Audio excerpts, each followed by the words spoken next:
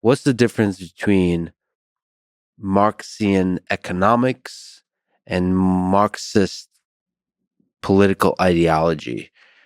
The gap between the two, the overlap, the differences. What the real foundation of Marx's political philosophy was the economic argument that there would be a tendency for the rate of profit to fall, and that tendency for the rate of profit to fall would lead to capitalists battening down on workers harder, paying them less than their subsistence, a revolt by workers against this, and then you would get socialism on the other side. So what he called the tendency for the rate of profit to fall played a critical role in his explanation for why socialism would have to come about. He was saying it would have to come about, or is it a good thing for it to come about?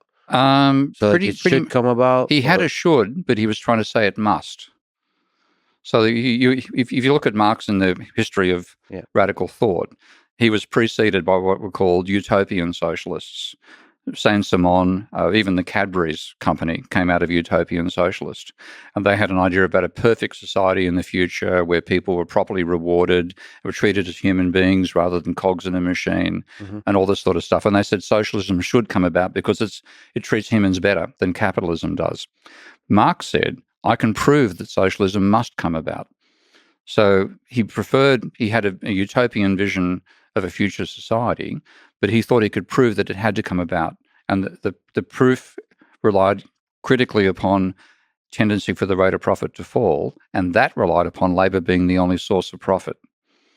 What was his utopian view? So this idea from each according to his ability to each according to his needs. Yeah. Is that the utopian? I think it's utopian in the context of our modern world.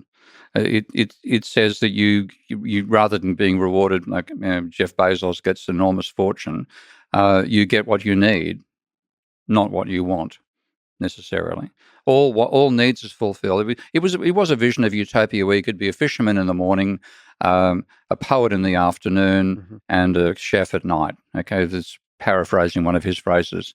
So he did have a utopian vision of a future society, and he did think human creativity would be much, much greater under socialism than it was under capitalism. He was wrong.